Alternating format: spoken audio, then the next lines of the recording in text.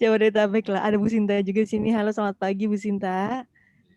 Baik teman-teman, rekan-rekan dosen, mari kita langsung mulai saja data sharing bersama Dr. Eko pagi hari ini. Kita akan membahas mengenai strategi korespondensi dengan editor jurnal. Dan kemarin Pak Eko sudah memberikan GFA ya, sudah saya berikan juga kepada para dosen dan sudah diminta untuk mengupload juga ke link yang sama kemarin. Jadi ada beberapa nih Pak yang sudah upload kemarin. Nah, tapi untuk mekanismenya seperti apa saya langsung serahkan ke Pak Eko. Silahkan. Baik, terima kasih. Selamat pagi Bapak Ibu semua. Selamat pagi Bu Rektor yang selalu peduli dengan kami, dengan saya ya. Hampir selalu hadir di forum ini. Mudah-mudahan kita semuanya sehat, semuanya semangat meskipun di tengah kondisi yang kurang menguntungkan. Maaf, memang saya terkendala dengan laptop ya yang isinya habis, jadi memang harus mengulang lagi, menulis lagi, dan itu jumlahnya cukup besar, apa yang juga sangat penting, termasuk hari ini, saya menjadi narasumber untuk AKM ya, Asesmen Kompetensi Minimal yang merupakan pengganti dari UN untuk sekolah, dari mulai SD sampai dengan SMK. Materi sudah 3-4 bulan yang lalu siap, tapi karena kondisi laptop sehingga hancur semuanya. Nah itulah jadi memang kesulitan kita dan saya memang salah tidak atau belum sempat mengunggahnya di cloud ya. Jadi memang kesalahan saya juga. Hari ini topik kita sebetulnya masih berangkai ya dengan topik-topik beberapa kali terakhir, terutama sekarang yang ingin saya fokuskan adalah tentang GFA. Guide for Author dan juga tentang korespondensi dengan redaksi ya, dengan reviewer biasanya itu. Ini penting karena komunikasi antara pengarang dengan reviewer dengan redaksi adalah kunci keberhasilan artikel kita bisa dipublish. Nah, biasanya saya sering itu mengalami beberapa orang pengarang, penulis yang kemudian marah-marah gitu ya. Marah-marah itu dalam artian bahwa kenapa artikel saya tidak begini, tidak begini, mengapa begini, begitu. Ini memang apa namanya, memang menjadi problem umum di kita, terutama beliau-beliau yang sudah yuswo ya, sudah berusia lanjut, sudah guru besar, sudah merasa pangkatnya tinggi, melihat reviewer kadang-kadang rendah. Ini yang kadang-kadang saya suka kurang mengerti. Mestinya semakin tinggi jabatannya, semakin tinggi pangkatnya, semakin wise ya, semakin arif begitu dalam menanggapi semua masalah. Tapi tidak selalu begitu. Memang kejadiannya itu kecil, tapi ada. Nah, komunikasi antara penulis dengan reviewer itu biasanya dimulai saat kita ingin mengajukan atau ingin mensubmit artikel kita. Kita biasanya berkomunikasi dengan dengan redaksi, apakah artikel saya yang seperti ini cocok dengan template dari jurnal yang bersangkutan. Ini perlu dulu. Jangan sampai nanti kita mensubmit suatu artikel tapi nggak sama. Bukan soal tidak bagus, isinya bagus, tapi kalau tidak sesuai dengan kepeminatan dan kepakaran dari jurnal itu, maka tidak akan diterima meskipun sebagus apapun artikelnya. Jadi Bapak Ibu, pertama kali dalam komunikasi dengan redaksi adalah mengetahui jurnal itu, mengetahui sisi-sisi jurnal itu. Dari mulai melihat apakah jurnal itu resmi atau tidak. Jurnal itu di blacklist apa tidak. Jurnal itu predator atau bukan. Ini penting untuk kita ketahui. Rajin-rajinlah melihat daftar jurnal yang diterbitkan oleh Kemenristek-Dikti. Kami relawan jurnal selalu menerbitkan notis mengenai nama-nama jurnal baik di dalam negeri maupun di mancanegara yang masih aktif. Karena kadang-kadang sering terjadi ini bulan ini mensubmit sedang dalam proses yang tadinya Sinta 1 katakanlah, bulan depan turun jadi Sinta 2. Ini sering terjadi nih. Bahkan banyak terjadi kita mempublish, lalu jurnalnya sudah tidak lagi aktif. Di blacklist oleh Kemenristek Dikti. Nah, ini tentu tidak akan menguntungkan untuk kita. Mau mencabut sudah terlanjur masuk, dan itu tidak mudah juga mencabutnya. Kemudian mau membiarkan itu merugikan kita. Kadang-kadang sering terjadi. Jadi Bapak Ibu rajin-rajinlah melihat pengumuman dari Kemenristek mengenai nama-nama jurnal yang masih aktif dan juga stratanya. Dia di level berapa? Di Indonesia, jurnal dibagi dalam 6 kategori. Dari mulai Sinta 6 yang paling rendah, sampai dengan Sinta 1 yang paling tinggi. Nah, keperuntukannya untuk Sinta 1, 2, 3 biasanya diperuntukkan bagi para dosen yang ingin memperoleh akreditasi ya, penilaian akreditasi tinggi. Misalnya untuk naik dari lektor menjadi lektor kepala, atau untuk naik dari lektor kepala menjadi guru besar, atau dari lektor guru besar, karena sekarang boleh kan dari lektor langsung guru besar. Nah, ini perlu melihat di Sinta berapa ini. Untuk Sinta 1, 2, 3 di Indonesia biasanya memang jurnal-jurnal yang bereputasi. Ada sekitar ya kurang lebih 70-80 jurnal yang sudah bereputasi di Sinta 1 sampai dengan Sinta 3. Sinta 3 sampai dengan Sinta 1. Cukup banyak sebetulnya. Tetapi 70 itu kalau dibagi dengan jumlah penulis kan menjadi tidak imbang. Jumlah dosen dengan jumlah jurnal kan jadi tidak imbang gitu. Sama sekali tidak imbang. Maka biasanya kalau buat rata-rata 92% artikel itu terkenyah ya, artikel itu tidak diterima. Mengapa? Karena persaingannya begitu tinggi untuk meraih artikel di Sinta 1 sampai Sinta 3. Nah, lalu bagaimana strateginya Bapak sekalian? Strategi pertama adalah Bapak Ibu harus punya reputasi dulu.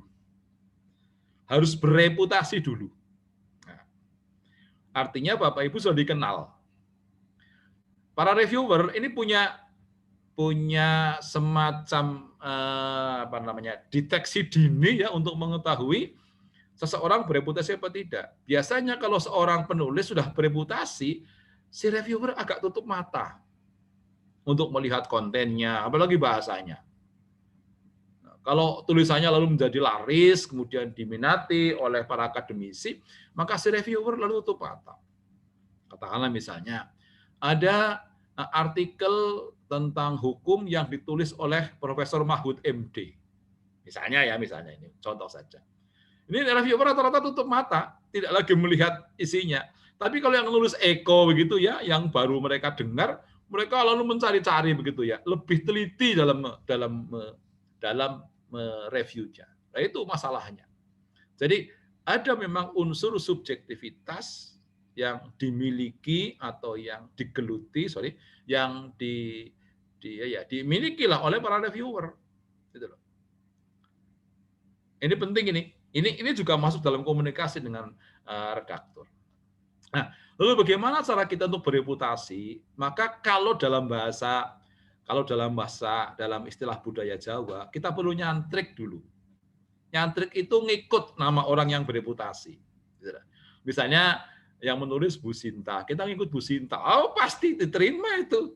Mereka lebih kenal ya dengan Bu Sinta begitu loh. Nyantrik dulu 1, 2, 3 kali kita menjadi co-author ya atau menjadi penulis kedua, meskipun mungkin kita yang mengarang, kita yang menulis, tidak apa-apa.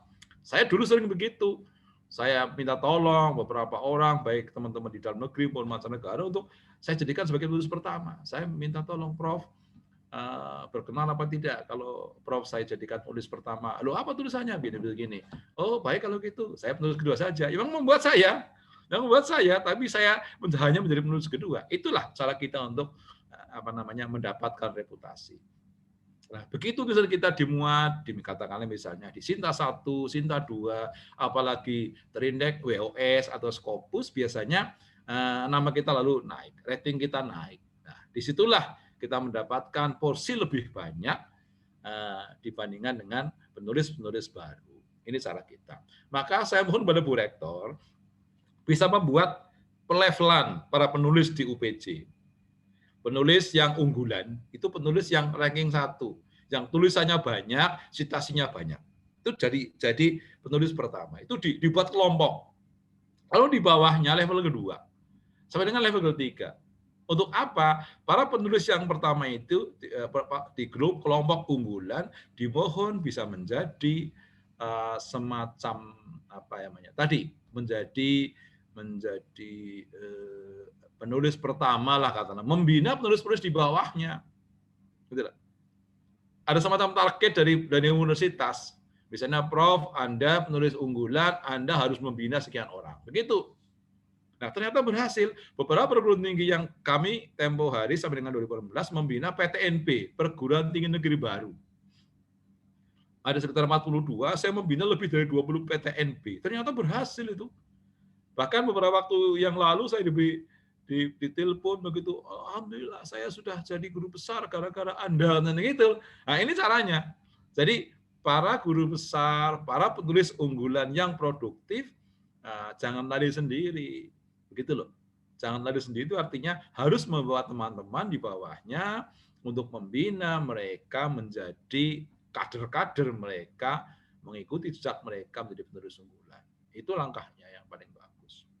Nah, kemudian barangkali bisa mengaktifkan LPPM ya, LP2M untuk apa namanya mempunyai satu unit khusus gitu ya, yang memang membantu teman-teman dalam menulis. Unit khusus itu adalah unit tentang publikasi ilmiah. Gitu.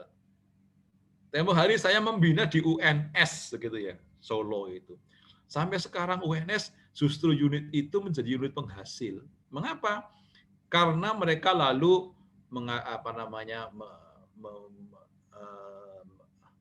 beri kesempatan untuk terjemahan. Satu artikel 600.000. Daripada keluar, daripada menerjemahkan atau menterjemahkan keluar kan lebih enak ditangani oleh universitas. Terjemahan, membina layout-nya dan sebagainya. Lalu para dosen masuk ke situ dan membayar. Tidak apa-apa, membayar itu boleh saja. Karena toh di luar pun membayar. Untuk satu artikel terjemahan minimal 500.000 sekarang ini. Terjemahan native speaker 500.000. Kalau UPJ punya unit khusus, nah ini akan bagus. Apalagi kalau unit khususnya itu kemudian laku di luar perguruan tingginya, di kalangan misalnya di daerah dan sebagainya. Kalau itu laku luar biasa. Brawijaya itu UB mempunyai unit khusus yang sekarang itu menjadi penghasil utama bagi UB. Penghasil utama, menjadi income generating baru bagi UB. Ini, jadi mohon dapat dipikirkan oleh Bu Sinta dan teman-teman para pejabat di UPJ agar ada unit khusus yang menangani publikasi. Di samping akan menggairahkan begitu ya kegiatan publikasi di universitas, juga bisa menjadi salah satu income generating baru bagi perguruan tingginya begitu. Apalagi kalau misalnya seperti UB itu yang sekarang lalu menjadi semacam unit swasta untuk UB-nya itu. Silakan monggo bisa dicek di ketua LPPM-nya, LP2M-nya. Luar biasa itu Pak Didik itu ketuanya, Profesor Didik. Itu masih junior sekali, masih muda. Tetapi lalu beliau bisa menghasilkan lebih dari ya antara 2-3 miliar dalam 1 tahun. Kan lumayan itu ya, lumayan. Bahkan kami sekarang ini karena mereka itu lalu promosinya gencar, wah itu lalu menjadi ribuan orang.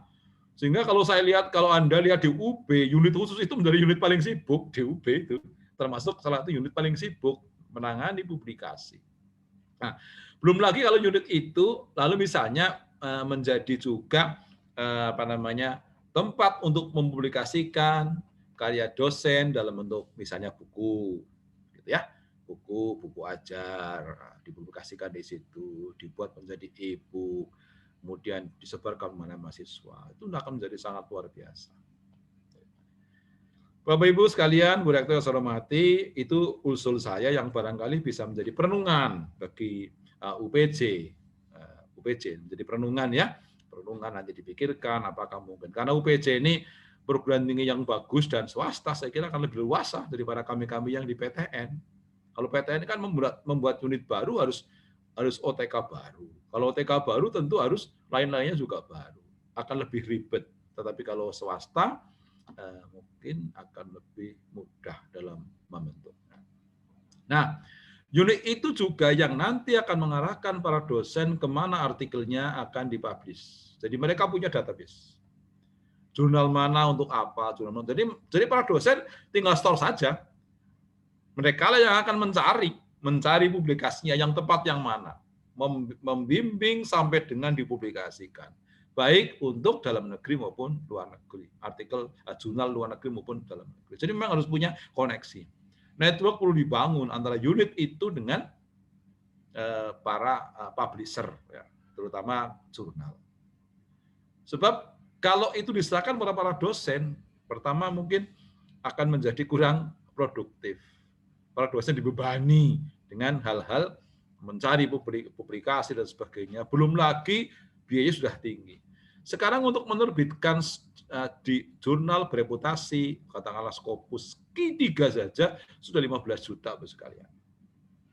Jadi tentu akan berat bagi para dosen mengejar produktivitas di bidang publikasi kalau sebegitu berat. Belum lagi kalau harus mencari, kan tidak semua dosen punya kesempatan atau punya kemauan untuk mencari itu. Jadi memang perlu dibina dari sisi manajemen untuk meningkatkan publikasi itu. Itu perlu sekali dibina di sisi manajemen.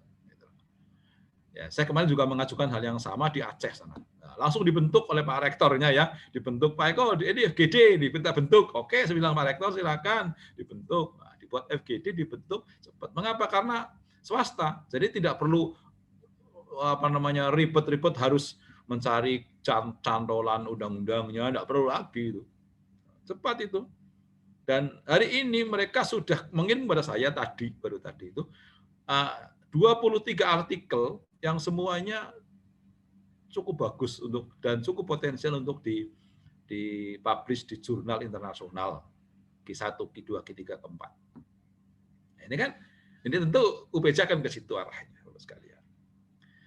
Nah, kemudian begini. Nah, masih berkaitan dengan bagaimana kita berkomunikasi dengan para redaktur, perlu juga dikembangkan sikap-sikap arif yang lain. Misalnya begini. Sekarang ini ada grup-grup RJI, Relawan Jurnal Indonesia. Masing-masing kepakaran ada. Ada RJI Hukum, ada RJI Pendidikan, ada RJI Bahasa, ada RJI Ekonomi. Masing-masing punya. Ada sekian puluh RJI, Relawan Jurnal Indonesia. Mereka ini swasta, artinya mereka ini adalah volunteer, tidak dibentuk oleh lembaga manapun. Mereka dengan kemauan sendiri membentuk kelompok-kelompok itu. Tapi itu penting. Nah, maka jurnal-jurnal yang ada di UPJ perlu menjadi bagian atau anggota dari RJI. Silakan cari aja RJI. Begitu ya, jurnal-jurnal yang ada itu. Apa sebabnya? Pertama, jurnal yang ada itu perlu ditingkatkan reputasinya, perlu ditingkatkan akreditasinya, sehingga menjadi jurnal terakreditasi. Satu. Yang ada di UPJ ini, Yang kedua, jurnal yang sudah terakreditasi itu akan mendapatkan skim dana itu dari pemerintah melalui LPDP, dan itu cukup besar. Sekarang ini LPDP untuk pengembangan jurnal tiap tahun menyediakan dana lebih dari 10 miliar itu. Dibagikan itu secara gratis kepada para jurnal. Untuk apa? Untuk meningkat. Kalau yang tadinya belum Sinta jadi Sinta 6. Kalau Sinta 6, Sinta 5, itu akan diberi dana itu oleh pemerintah. Dan itu diberikan kepada siapapun yang memenuhi syarat tentu.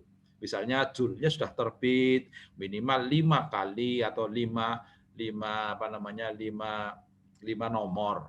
Nomor 1. Biasanya jurnal itu 1 tahun 2 kali terbit. Jadi kalau 5 kali berarti minimal 2,5 tahun. Sudah terbit secara rutin. Itu batasannya. Nah, ini yang harus dikembangkan oleh UPJ. Membina jurnal yang ada. Untuk apa? Supaya kita tidak kesulitan mencari jurnal di tempat lain. Saya di universitas sekarang mengharuskan, saya kebetulan yang di RJI, saya katakan bahwa Anda kenapa harus tempat lain? Jurnal kami sudah bereputasi, jurnal kami sudah Sinta 3, Sinta 2. Kenapa harus ke tempat lain? Akhirnya teman-teman dosen lebih mudah. Jadi di sisi yang pertama tadi perlu adanya lembaga khusus, yang kedua adanya pembinaan kepada jurnal-jurnal yang ada. Kalau perlu, bukan kalau perlu, malah ini seyogianya setiap prodi atau setiap bidang keahlian memiliki satu jurnal. Kalau misalnya UPJ sekarang berapa fakultas? UPJ. Berapa prodi, maaf Bu Sinta? Halo? 10 prodi. Ya. 10. Ya, 10 prodi. 10 Pak, ya. Nah, 10 prodi kalau punya 10 jurnal kan luar biasa itu. Minimal 10 jurnal. 10 jurnal. Oh, satu kali jurnal terbit dengan 10 artikel, setahunnya 2 kali, berarti kan 20 artikel. 20 artikel kali 10 jurnal, berarti 200 artikel. Itu bisa memberi kesempatan kepada para dosen di UPJ untuk mempublikasi dalam setahun 200 artikel. Nah, tentu di dalam RIP ya, rencana induk penelitian disebutkan adanya semacam target tahun ini harus berapa artikel, tahun ini harus disebutkan di sana, di dalam RIP-nya UPJ. Sebagai target rektor, wakil rektor, dekan, kemudian ketua jurusan sampai dengan prodi. Ini targetnya begini. Prodi Anda tahun ini harus sekian, ini sekian. Harus menjadi salah satu dari target kegiatan manajemen di UPJ untuk jurnal itu. Nah, kemudian Bapak sekalian, ketiga, skripsi, tesis, disertasi mahasiswa sebetulnya merupakan sumber potensial untuk artikel. Karena biasanya jurnal ini lucu ini sekarang ini jurnal di Indonesia ini. Para dosen cari jurnal, tapi jurnalnya kesulitan cari artikel. Ini kan aneh ini. Dosennya cari jurnal kemana-mana, jurnalnya cari artikel kemana-mana. Nah, ini yang saya katakan aneh. Padahal selain dosen, mahasiswa juga menghasilkan artikel. Ya, sekarang ini untuk lulus S1 harus punya artikel jurnal tuh. Lulus S2, apalagi S3, harus jurnal yang internasional. Artinya mereka adalah sumber artikel.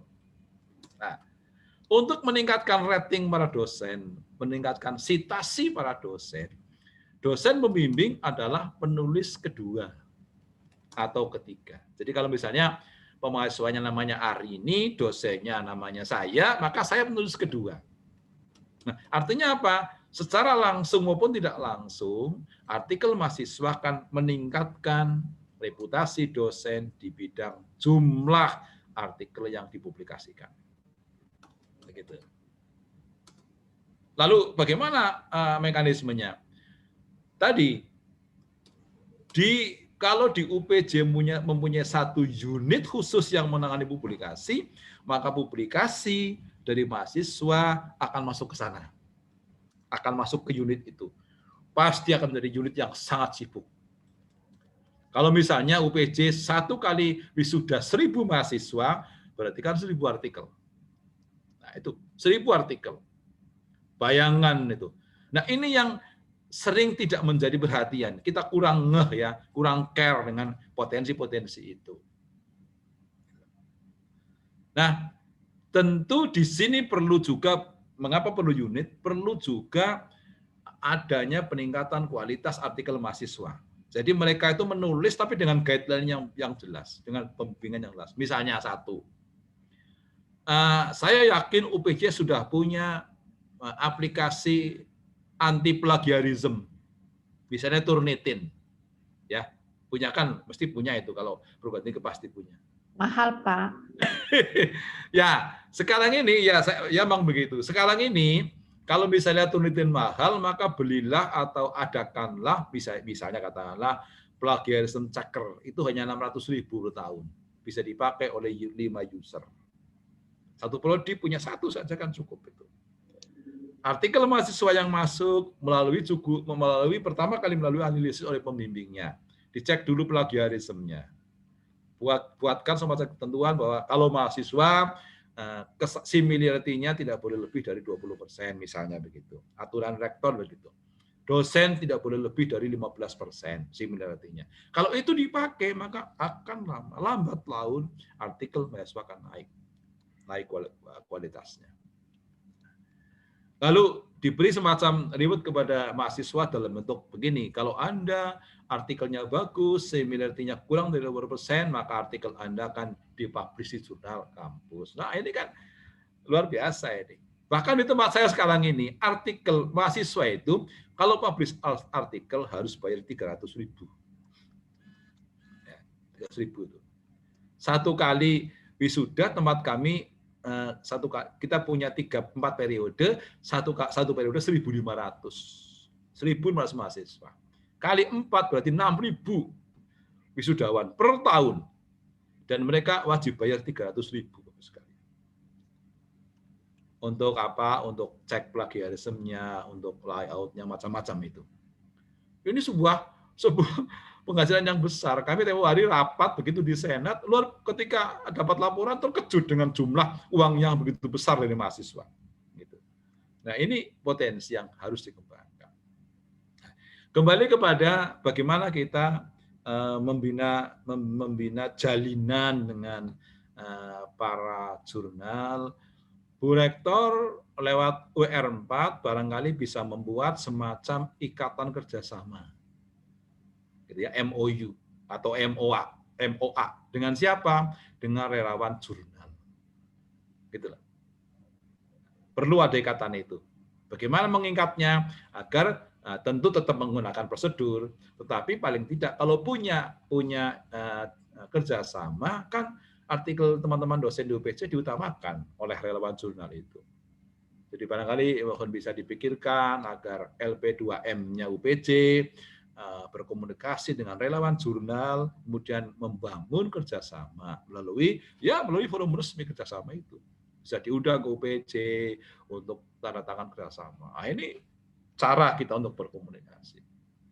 Sebab biasanya kalau komunikasinya individual, pertama tentu hasilnya individual. Yang kedua tidak ada impact untuk yang lain. Tetapi kalau oleh manajemen, maka itu akan lebih bagus. Akan lebih bagus. Nah, beberapa perguruan tinggi saya sarankan begitu. Buatlah semacam ikatan dengan RJI, dengan relawan jurnal di kepakaran masing-masing, begitu agar teman-teman dosen tidak terlalu kesulitan dalam hal mempublikasi artikel jurnal. Demikian Bu Rektor yang perlu saya saya sampaikan ya sebagai trigger lah ya. Ini tidak menyuruh lah, sebagai trigger saja. Barangkali bisa sesuai dengan visi misi Bu Rektor dalam rangka pengembangan Tridharma, khususnya pengembangan publikasi ya, penelitian dan pengabdian pada masyarakat. Ini. Nah, yang terakhir, saya sangat yakin bahwa potensi kerjasama di bidang PKM dan penelitian, riset dan PKM di Jakarta sangat besar, terutama teknik itu ya dengan para pengusaha-pengusaha. Dan sekarang ini memang Pak Menteri, Mas Menteri tampaknya lewat Pak Dirjen ya, lewat Pak Nizam selalu mendukung agar perguruan tinggi ayolah turun ke lapangan begitu loh. Artinya turunlah ke masyarakat, buatlah agreement dengan masyarakat. Karena selama ini kadang-kadang perguruan tinggi merasa besar di tempat sendiri. Menjadi sebuah menara emas tetapi tidak pernah campur dengan masyarakat. Nah, saya kira itu sudah berjalan di UPC dan barangkali terutama di LPPM bisa menjalin kerjasama dengan para pengusaha-pengusaha agar hasil karya para dosen baik dalam bentuk teknik ya, karya-karya teknik maupun sosial bisa dimanfaatkan oleh pemerintah. Oleh masyarakat secara langsung. Begitu Bu Maya, Bu Rektor dan teman semuanya. Ini sebagai tikel saja untuk buka forum diskusi. Terima kasih, Pak Eko. Silakan ingin disampaikan. Izin bertanya Bu Maya. Ya, silakan Pak Nas. Ya. Bu Maya ada yang mau tanya. Pak Eko, saya Nasuha dari Prodi Informatika, Pak. Iya. Iya. bidang saya itu komputasi. Hmm. Biasanya saya membuat model atas masalah, kemudian solusinya saya komputasikan. Iya. Gitu, Pak. Alhamdulillah udah beberapa yang tembus di jurnal, Pak. Oke. Ada yang Q2, Q3, ada yang Q1 Iya. sebagai first author maupun co-author. Saya tertarik waktu saya membuat komputasi itu, selain untuk bidang yang fundamental maupun penerapan di teknologi, kadang-kadang saya iseng buat aplikasi untuk membantu students di dalam memahami materi. Iya. Misalnya matematika atau fisika gitu ya. Nah, saya coba cari-cari jurnal yang cocok, Pak Eko.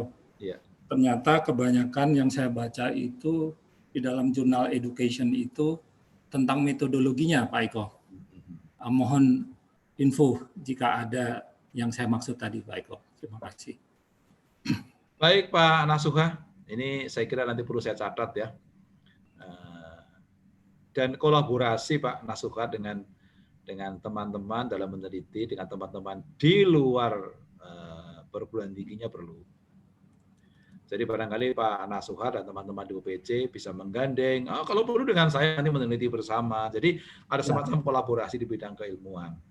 Siap, Pak. Saya kira sangat penting ya, sangat penting kolaborasi. Jadi kadang-kadang kita meneliti sendiri, ajaklah teman-teman di luar UPJ. Yuk Pak, kita sama-sama begitu. Itu akan punya impact yang lebih luas. Yang kedua memang Pak, bidang Bapak ini bidang yang sangat dibutuhkan dan sedikit sekali artikel judulnya. Saya orang IT ya, sama. Mencari artikel yang sesuai itu jarang sekali. Mengapa? Karena kita teman-teman IT itu lebih banyak cari duit. Ya enggak Pak Nasuha ya. Buat aplikasi aja 100 juta, itu aplikasi yang sederhana di minimarket gitu. Jadi mereka sering tidak mau menulis. Ini memang kendala di orang-orang IT. Jarang mau menulis, dia kepinginnya yang pragmatis, segera dapat duit begitu ya. Kalau nulis kan nggak dapat duit. Nah, tapi kalau dosen kan tidak, Nah, saya sering jadi pembicara di beberapa tempat, terutama di program studi teknologi informasi lah begitu ya, di beberapa tempat begitu. Saya sering menyentil itu. Saya coba search gitu ya. Pak, kenapa Bapak tidak pernah menulis di artikel itu, di jurnal itu? Karena memang dia nggak sempat menulis itu. Mereka itu biasanya ngumpul-ngumpul sampai dengan tengah malam membuat aplikasi yang dijual dengan mahal. Itu begitu ya Pak Nasuha ya. Emang sulit bener. Nanti saya carikan ya. Saya coba carikan. Nah, kemudian Pak Nasuha, cobalah Pak, yang Bapak buat itu diseminasikan dalam bentuk yang lebih menjangkau masyarakat. Misalnya begini. Pengembangan aplikasi kan bisa menjadi bahan kuliah, bahan kajian. Cobalah dibuat dalam bentuk video atau bahan ajar yang dipublikasikan di YouTube misalnya. Itu kan nanti akan berdampak pada mahasiswa dan masyarakat umum begitu ya. Meskipun mungkin secara finansial nggak dapat uang gitu, tetapi secara popularitas dapat itu.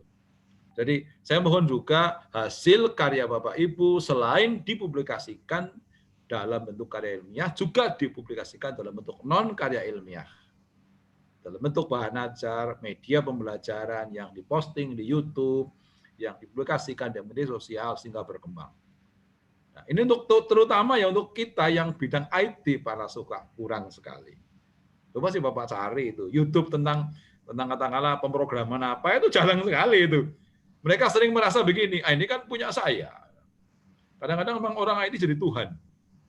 Ya, jadi Tuhan. Dia keep begitu ya, dia sembunyikan formulasi untuk apa? Untuk dia kembangkan sendiri. Jadi kadang-kadang kurang berbagi Pak Nasuha ya. Ya tidak. Kurang mau berbagi gitu. Jadi makanya namanya open source itu jarang. Kita kepinginnya bukan open source tapi closed source. Jadi supaya apa? Supaya kita aman begitu. Nah, ini yang terjadi. Banyaknya hacker kan begitu. Padahal orang IT itu bisa jadi Tuhan. Menghidupkan, mematikan program, aplikasi kan sangat mudah. Pak Nasuha ya. Oke Pak Nasuha, nanti kita komunikasi lagi. Ya Pak Eko. Dan nanti kita terima kasih sarannya. Kalau bisa berkolaborasi nanti saya hubungi Pak Eko. Oke, ya, saya tunggu. Baik Pak Nasuha. Terima kasih. Bu Maya silakan diteruskan kalau ada yang lain. Ya, Baik, masih kita buka satu pertanyaan lagi mungkin ya Pak Eko ya. Silakan. Ada lagi Pak, tadi di atas Pak Edi sempat menyinggung bahwa bukannya biasanya di level internasional apalagi yang namanya jurnal itu blind review ya Pak, itu masih terjadi apa memang pada praktiknya seperti yang Bapak tadi ceritakan? Ya, baik, makasih Bu Maya. Begini, reviewer itu melihat sesuatu, melihat artikel sepintas dulu dengan 3 poin, dengan 3 titik yang dia lihat. Pertama, dia lihat topiknya. Yang kedua, dia lihat abstraknya. Yang ketiga, lihat diskusinya. Itu yang mereka lihat sepintas. Jadi kalau judulnya menjual, gitu, dalam arti menjual itu judul yang trending, gitu, judul yang sedang ngetrend itu, maka dia akan terima. Yang kedua abstraknya, dia lihat apakah abstraknya sudah memenuhi yang tempo hari saya katakan. Ada orientasinya, ada tujuannya, ada hasilnya. Kalau dia lihat tiba-tiba di abstrak kok ada saran, begitu langsung dia buang. Inilah kejelekannya reviewer ini, termasuk saya ya, seperti itu. Mengapa nggak sempat kadang-kadang kita tuh? Nah yang terlihat, yang ketiga dia lihat diskusinya. Dia lihat bukan isinya dulu, dia lihat jumlahnya. Diskusinya, bisa katakanlah pendahuluan 5 lembar, diskusinya 2 lembar, dia langsung buang. Oh ini main-main ini, katanya begitu. Main-main ini. Kok bisa latar belakangnya 5 lembar, kok diskusinya cuma 2 lembar. Hanya itu dia yang lihat itu. Jadi ini trik jelek dari para reviewer. Untuk apa? Untuk mempercepat kerja dia. Nah, kalau sudah menarik, baru dia teliti lebih dalam. Kalau nggak menarik, meskipun isinya mungkin bagus, dia singkirkan dulu. Kadang-kadang kita katakan dulu waktu masih dalam bentuk hard copy, dibuang di tempat sampah. Padahal belum tahu itu bahwa itu yang bagus. Nah, yang paling akhir yang dia lihat adalah nama si pengarangnya. Sudah punya reputasi atau belum? Sudah punya nama atau belum? Itu yang mereka lihat itu ya, Bu Maya. Nah, bagaimana dengan yang blind? Yang blind kan yang nomor 4 saja yang tidak dilihat. Nama itu kan, tapi kan abstrak dia lihat, topik dia lihat, diskusi dia lihat. Kalau blind kan memang hanya tidak ada namanya. Hanya itu. Tapi kan yang lain tampak semua itu. Abstraknya tampak. Bahkan dia bisa men-trace ya, melihat apa kata kunci dia masukkan ke Google, kemudian dia klik begitu. Oh, siapa yang ngarang? Dia tahu itu. Dia tahu itu tentang hal itu. Nah, blind review masih berlaku sampai sekarang itu. Dan sekarang ini kan karena sudah sifatnya semua review itu dilakukan secara apa namanya online, maka biasanya tidak hanya satu. Ada reviewer 1, 2, 3, sampai 5 sekarang ini. Kalau jurnalnya bagus sampai 5. Dan 5 itu tidak pernah kenal itu. Tidak pernah kenal gitu. Saya menjadi reviewer di 5 jurnal di Indonesia dan 2 jurnal di tempat lain begitu. Itu saya tidak pernah kenal dengan reviewer-nya itu. Tidak pernah kenal itu. Jadi kadang kalau sudah saya review pertama, kemudian ada review kedua dan sebagainya, itu hanya tahu hasilnya, tidak tahu mengenai namanya. Jadi kalau ada yang nitip-nitip begitu, kadang-kadang kita nggak bisa kan, tidak keputusan satu orang. Nitip pada saya, nanti reviewer kedua nggak mau, makanya cara yang baik adalah ngikat redakturnya melalui kerjasama dengan Bu Rektor. Itu ya, itu cara yang terbaik. Gitu Bu Maya. Terima kasih Pak Eko. Selanjutnya masih ada yang mau nanya lagi nih Pak. Pak Priyo, saya persilahkan langsung. Pak Priyo silahkan. Baik, terima kasih Bu Maya. Pak Eko, selamat pagi Pak. Pagi Bapak. Semoga selalu dalam keadaan sehat Pak. Amin, terima kasih. Iya Pak, terkait dengan penulisan karya ilmiah ini loh Pak, yang ingin saya tanyakan begini Pak. Alhamdulillah di tahun 2017 dan 2018 itu saya mendapatkan kesempatan untuk mendapatkan hibah PDP dari Dikti Pak.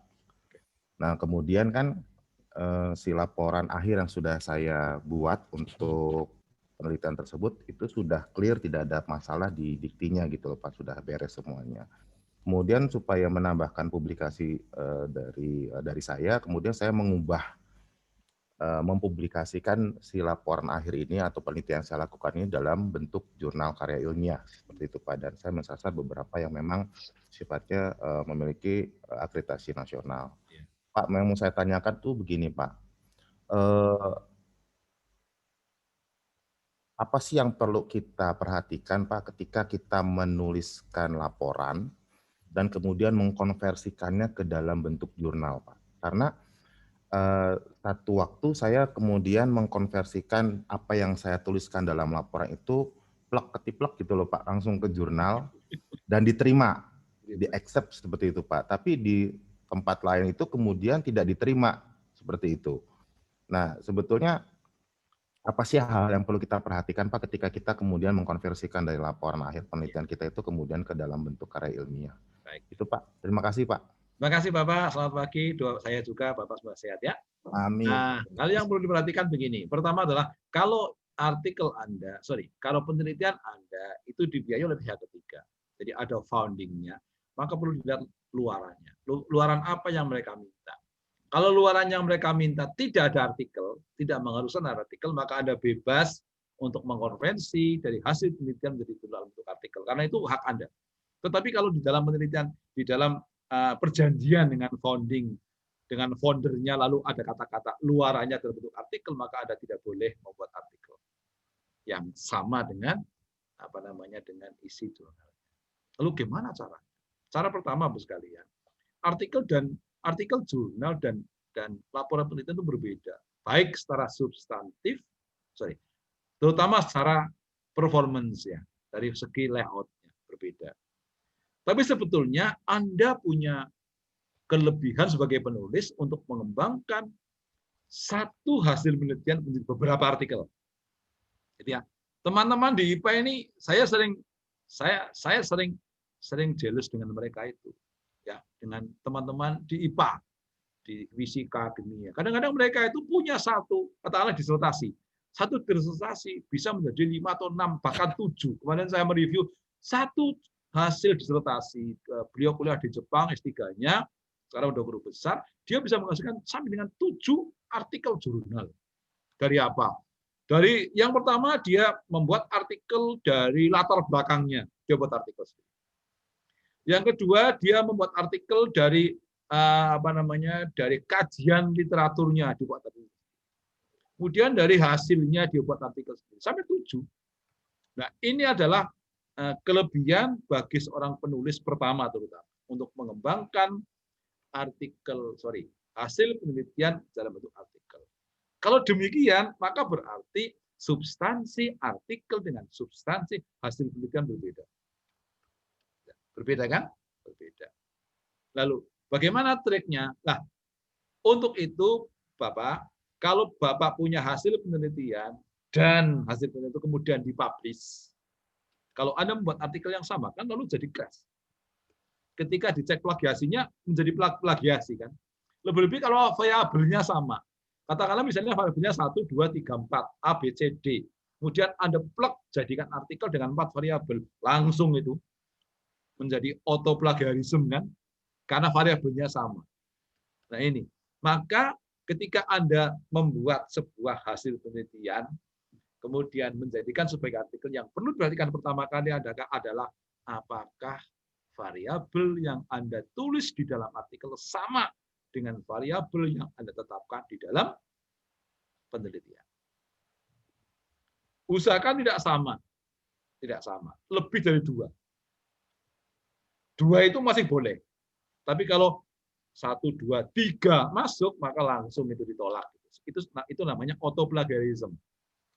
Plagiarisme yang diakibatkan oleh karya sendiri, karya sebelumnya. Maka yang pertama Bapak harus ingat adalah jangan sama antara variabel yang dipakai di dalam artikel dan variabel yang dipakai di dalam hasil penelitian. Itu pertama. Jangan sama. Yang kedua, kalau bahasanya memang kadang-kadang kita kan copy paste ya. Artinya hasil penelitian lalu kita ambil sebagian lalu kita format jadi artikel gitu kan. Nah, cara yang paling bagus adalah diparafrase lagi. Artinya kalimat yang sama, substansi yang sama yang ada dalam artikel di dalam publikasi lalu diubah sedemikian rupa menjadi artikel. Supaya nggak sama kalimat-kalimatnya. Jangan Anda copy langsung tempel. Itu pasti akan terjadi plagiarisme. Jadi olahlah bahasanya. Mungkin butuh teman-teman yang mempunyai kemampuan mereview, terutama di bidang bahasa untuk membedakan. Kan sekarang kan pengecekannya langsung. Kalau artikel Bapak lebih-lebih itu artikel yang dari dari Kemenristek dulu ya, atau Kemendikbud, kan mereka lalu publish. Nah, untuk mengapa lalu boleh yang tempo hari kan? Oh, saya boleh ya, karena mereka biasanya belum memiliki satu aplikasi anti plagiarisme yang bagus. Nggak ketahuan itu. Nggak ketahuan. Tapi coba kalau sudah pakai Turnitin, langsung ketahuan. Tapi Jadi intinya gitu, Pak. Mengapa boleh? Karena mereka belum punya satu aplikasi yang bagus. Ya, tapi alhamdulillah kemarin itu memang masalahnya memang mereka sampaikan tidak di sisi plagiarismenya, Pak. Tapi memang di sisi metode penelitiannya dengan luarannya yang diinginkan. Jadi memang sudah, ya alhamdulillah, artinya sudah tidak terdeteksi sebagai plagiarisme, sudah baik, cuman hanya di sisi itu sih, Pak. Tapi di di satu editor yang sama itu bisa beda gitu loh Pak hasilnya. Pertama dengan kedua kan artinya ketika saya sudah coba yang pertama sudah masuk, saya lakukan hal yang sama untuk penelitian saya yang kedua, itu berbeda Pak hasilnya dari sisi reviewernya gitu loh. Memang betul Pak. Biasanya redaktur itu ketika membagi reviewer itu dia mengatakan begini. Misalnya kepada saya, sudah direview oleh reviewer pertama. Yang kedua, si redaktur mengatakan Bapak mohon bisa menekankan bidang ini. Katakan misalnya metode. Makanya ketahuan di metode. Yang pertama mungkin dia lewat karena dia mungkin nyorotinya di kajian literaturnya, tidak di metodenya. Oh, begitu. Nah, begitu. Jadi memang begitu dibagi-bagi. Biasanya ada 3. 1 reviewer bahasa, layout case-nya. Itu khusus menangani bahasanya, layout-nya, bagaimana menulisnya, kohesif atau tidak begitu. Yang kedua bisa metodologi yang dipakai. Itu tadi yang dia akan melihat apakah variabel yang dipakai sama apa tidak. Nah, itu misalnya begitu. Salah satu di antara yang dia lihat itu. Yang kedua dengan metode itu, apakah metodenya relevan, gayut dengan hasil yang diperoleh. Gitu loh. Adakah semacam mungkin falsifikasi atau falsifikasi itu sesuatu yang dikutip begitu tidak sama dengan kutipan aslinya, itu namanya falsifikasi. Iya. Kemudian juga ada yang namanya menghasilkan data, tapi datanya lalu dianggap data ini kok begini ya, kok ini yang begini ya, ini berarti ada produksi data di situ. Sebuah data yang kemudian diproduksi dengan cara lain oleh si peneliti untuk membuat akal datanya bisa terpenuhi, bisa cukup begitu ya, bisa mencukupi. Kadang begitu Pak. Jadi memang tiap reviewer masing-masing sisi bidang. Terima kasih Pak Eko masukannya Pak Eko. Sama-sama. Ya, sukses. Nanti kalau perlu kirim ke saya Pak artikel. Siap Pak. Saya lihat. Ya, Bu Maya dan Bu Rektor, mohon saya ingatkan kembali bahwa kegiatan kita hasilnya adalah ada sekian artikel yang siap publikasi. Maka sekali lagi saya mohon kepada Bapak sekalian untuk mengirimkan kepada saya, kepada Bu Maya, sejumlah artikel yang akan saya lihat. Ya, sejumlah. Kalau kemarin kan kita baru review di layar ya. Nanti mohon bisa dikirimkan artikel. Bu Rektor mohon nanti teman-teman di forum ini bisa diberikan penekanan minimal 10 artikel minimal itu dari UPJ yang artikel itu bisa kita review kemudian siap untuk dipublikasikan. Mohon jangan yang sudah dipublikasikan. Ini artikel baru ya, atau artikel lama tapi belum pernah dipublikasikan. Kita berharap ini pertemuan ke-10 ya Bu Maya. Ini kita pertemuan ke-7 ya, jam ke-7 ya Mas Heri ya? Sudah. Coba ya. Oh, gitu. Jam udah terakhir kayaknya ini, Pak. Ya, ini sudah hari terakhir. Saya pikir malah 14 pertemuan ya, 7 ya. Artinya minggu depan Bu sekalian kita sudah harus punya hasil. Hasil itu tentu dalam bentuk artikel. Karena kita kan artikel ya. Jadi saya mohon pada Bu Maya untuk bisa mengumpulkan artikel Bapak Ibu sekalian, teman-teman di UPJ yang sudah diformat dengan GFA yang saya kirim. Boleh saya share? Sebentar ya Bu ya? Boleh Pak. Ini sih sebenarnya udah ada yang kirim juga Pak, yang disesuaikan dengan GFA. Oh gitu Pak? Ya. Nah, saya sudah mengirimkan GFA ini. GFA ini. Ya, ini adalah GFA-nya. GFA ini tentu tidak spesifik jurnal tertentu. Ini GFA umum. GFA umum. Tapi ini berlaku di berlaku di sebagian besar jurnal, baik dalam negeri maupun jurnal-jurnal asing.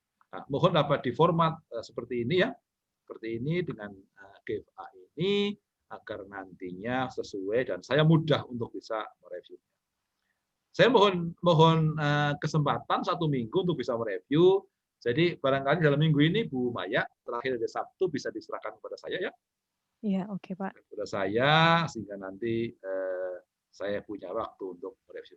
Ini saya kira komputer saya hang ini. Oh iya nih belum ke-share Pak, masih habis Iya, ini. sepertinya hang ini ya. Ternyata ini Pak, saya dapat info dari Mas Heri, dihitung-hitung masih ada 1 pertemuan Pak ternyata, minggu depan. Jadi pas kali ya selama 1 minggu Ya. ini Pak Eko bantu untuk review, nanti kita bahas minggu depan gitu ya Pak ya? Oke, ya. Bu Maya, terima kasih untuk pertemuan kali ini. Barangkali kalau ada kesalahan saya mohon maaf. Saran-saran untuk perkembangan nanti bisa kita bahas di FGD ya. Iya. FGD. Oh baik. Setelah acara ini. Nanti setelah ini akan ada FGD ya Bapak Ibu yang sudah kami undang, Pak Udin, Pak Ranan, Bu Irma, Bu Riris, Pak Priyo, Bu Sakinah, dan Bu Latifah Alfat. Mohon nanti untuk segera mengikuti FGD pasca pertemuan ini ditutup. Dan Pak Eko mohon bisa di stop share screen-nya, kita Nggak mau bisa ini. foto dulu. Oh nggak bisa ya, nge-hang ya Pak ya? Nggak bisa ini, hang kayaknya ini. Oke. Hang, saya coba. Mbak Gina bisa foto nggak? Atau bagaimana? Apa sudah tadi? Mbak Gina mungkin bisa bantu stop share screen-nya kali. Iya, Nah, ya, coba tolong sebagai dibantu. host ya. Heeh. Mas bisa bantu. Ini sudah dicoba stop sharing tapi nggak mau juga. Bisa? Sudah bisa? Bisa keluar? Halo? Belum Pak, lagi diupayakan. Harusnya coba agak bisa Sudah, karena saya sudah entas ini, sebetulnya sudah keluar dari saya ini. Oh oke, Tapi dari mungkin di situ Pak masih Eko-nya udah nampak ini. keluar ya. lihat di view-nya Mbak Gina ubah view-nya ke gat. Ya sudahlah, namanya ini internet hotel ya, jadi ya. Mejanya beliau yang di tengah sini ya. Ini kok nggak mau berhenti ya? Nggak bisa ya? Iya nggak mau di stop sharing Bu. Iya. Mbak Gina mungkin di setting share screen-nya Mbak Gina yang di settingnya diubah lagi, yang bisa share hanya host. Itu biasanya langsung keluar. Udah hostnya udah disable, harusnya memang udah disable participant screen sharing. Masih nggak bisa ya? Masih belum bisa juga. Oke. Kalau fotonya begini bisa nggak Pak? Bu Maya, saya ada Ya. satu, sempat tadi print screen, Oh oke. tapi hanya satu halaman yang ada Pak Eko saja. Nah, halaman kedua, ketiganya saya nggak sempat ya. Mungkin nanti Oh. saya bisa share ke Bu Maya deh. Oke. Yang ada Pak Eko, Bu Sinta gitu. Tapi Satu aja. dan ketiganya saya nggak dapat tadi. Saya sepertinya bisa screen sebentar saya beri. Bisa Tapi kan Pak. penampakannya itu ada user ada share itu enggak? Enggak. Nah, Pak Eko. udah sekarang. Oh udah. Sudah bisa. Pak Eko-nya, halo Pak Iya Eko. udah bisa. Pak Eko-nya malah udah nggak ada. Berarti yang Pak Eko tadi bisa pakai yang punya Oh ya saya. udah. Ya. Iya. Jadi ini aja foto Saya yang kirim sekarang sisanya ya. ya. Silahkan. 1, 2, 3. 1, 2, 3. Sudah ya? Bu Gina sudah? Iya sudah. Oke, baik. Terima kasih Bapak Ibu semuanya atas pertemuan hari ini. Kita masih ada 1 pertemuan lagi minggu depan. Jangan lupa untuk mengirimkan artikel yang sudah sesuai dengan GFA yang diberikan oleh Pak Eko. Dan saya ingatkan kembali, saya informasikan kembali untuk Pak Udin, Pak Ranan, Bu Irma, Bu Riris, Pak Priyo, Bu Sakinah, dan Bu Latifah Alfat untuk mengikuti FGD selesai pertemuan ini. Terima kasih semuanya. Selamat pagi. Terima kasih. Pak Bu Eko. Maya. Bu Maya. Pak Eko.